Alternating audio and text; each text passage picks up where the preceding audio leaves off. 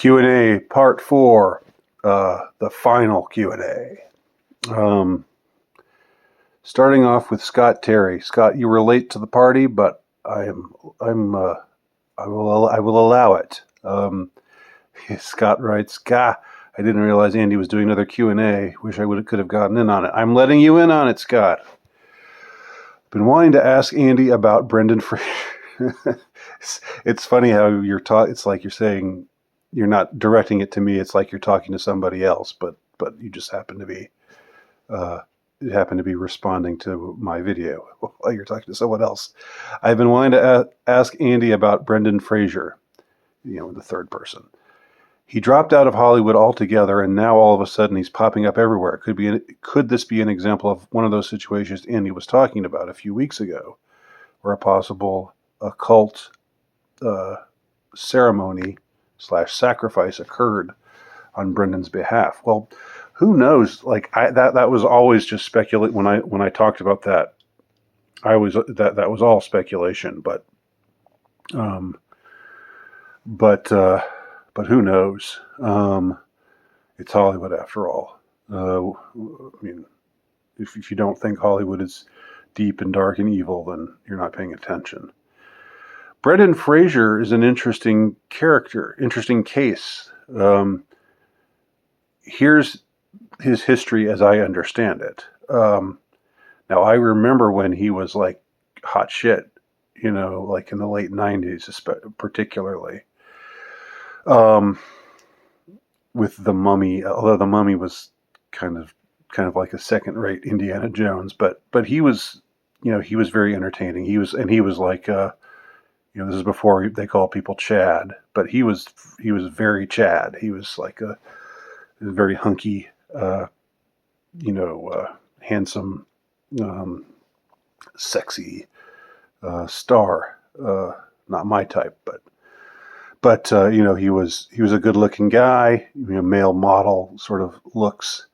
And then at some point, I think sometime in the aughts, he had some situation where he got groped by some Hollywood bigwig, some studio guy,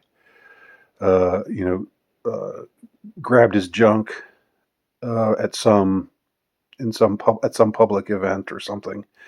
And it was so traumatizing to Brendan, and like this guy, was like held it over his head and sort of abused his power.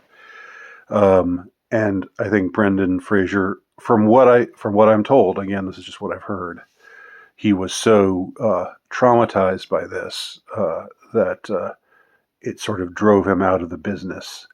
Now, there was some movie he was in the late aughts, I think it was, or maybe it was even a little later than that, with Brooke Shields. It was some kids movie where he was playing a dad, and he had already and he'd put on some weight, so he was a little pudgy at that time. It wasn't at all looking like the hunky, muscly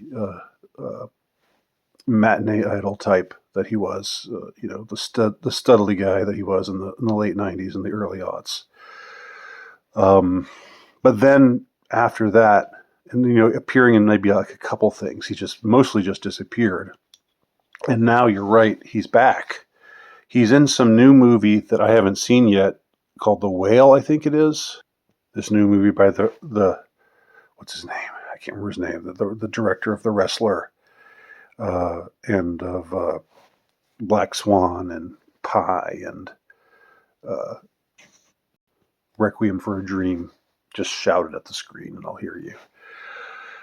So he's in this movie that's getting a lot of acclaim, and he was in Batgirl, the one that Warner Brothers did. They filmed the whole thing, and then they decided we're not going to release this. So it's incredible.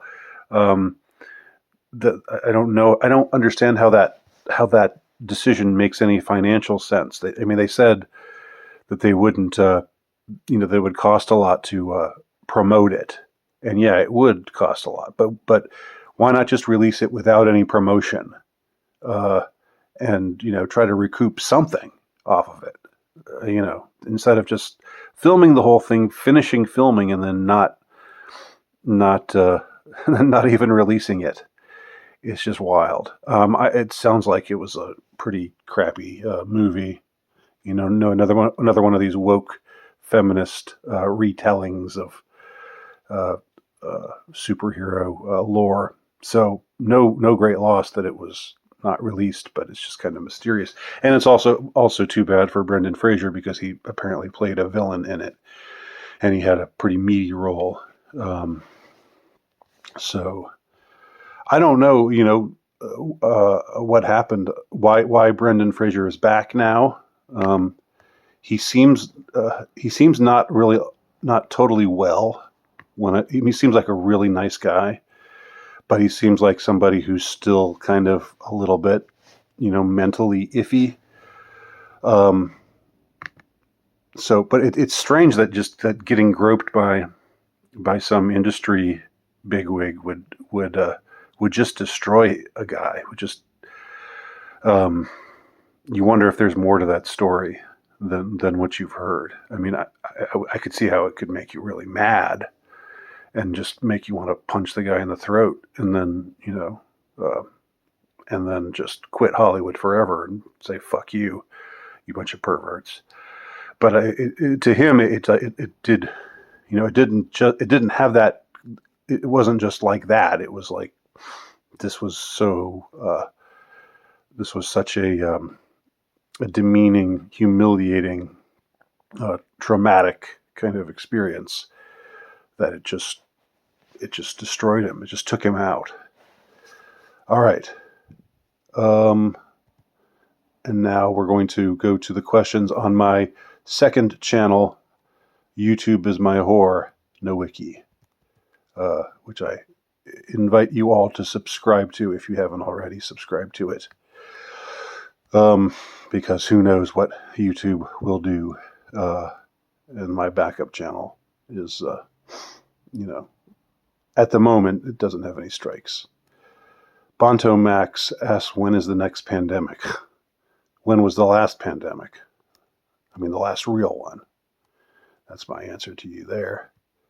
Bonto Max also says, they are always 5 moves ahead. They've modeled crowd behavior. Resistance is futile, isn't it?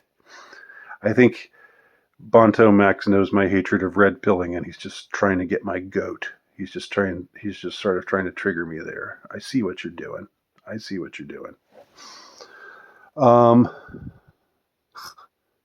Alan Hero Archive asks, is your daughter single? I'm just going to say no. She is not. And leave it at that. Dr. Hildegard Landstrom asks, what gets you in the right creative mood to write? What gets you in the right, R-I-G-H-T, creative mood to write, R-I-W-R-I-T-E?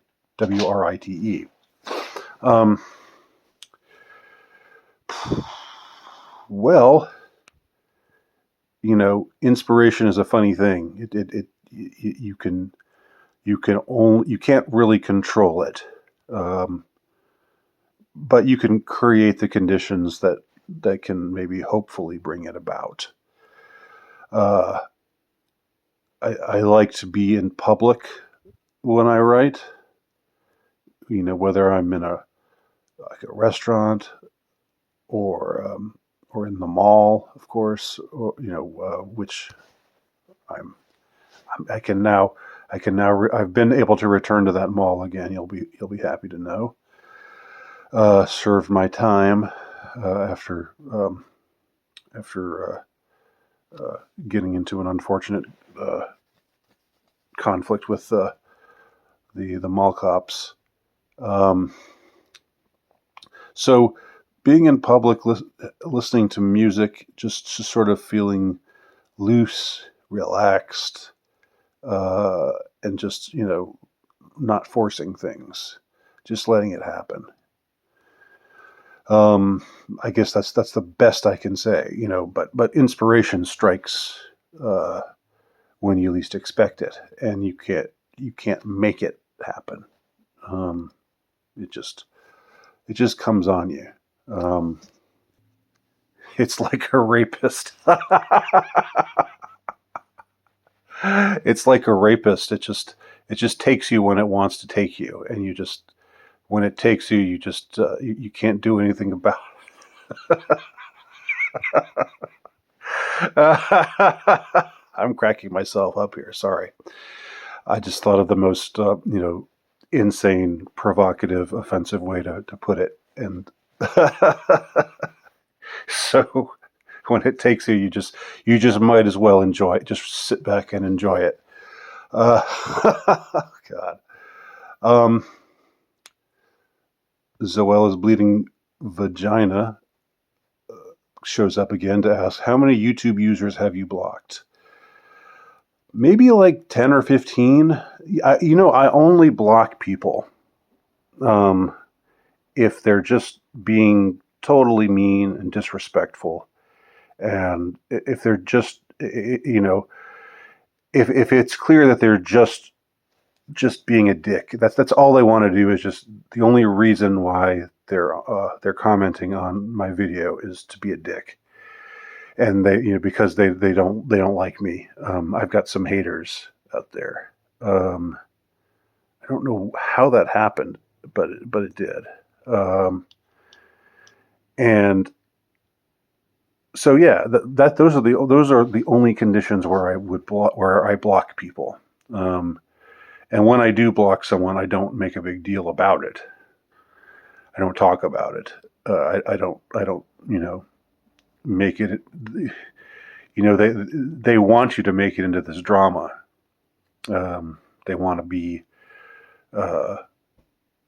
what causes drama to you. But who are they? They're just some anonymous figure out there, some rando out there who means nothing to me, who I don't even know, and who doesn't even really know me. So I just if somebody is just not being respectful, I just block them and move on. Zoella asks, will you be tuning in? I like how she's both asking questions here on my backup channel, and she asks questions on my main channel too. Will you be tuning into Millennial 2022? Probably. I'll probably tune in.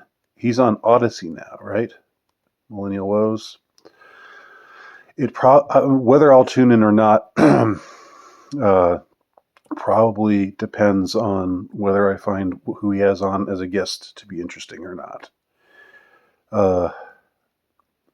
And yeah, so we'll see.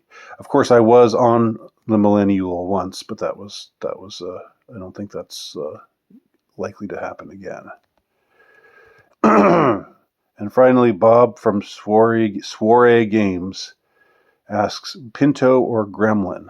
You always think that you're always talking about me driving a Pinto because I guess it's the most low status kind of car that there is. I drive neither a Pinto nor a Gremlin. I drive a Toyota Corolla. I've always driven either a Toyota Corolla or a Honda Accord or a Honda Civic. I don't think I've ever driven a car that hasn't been one of those three models.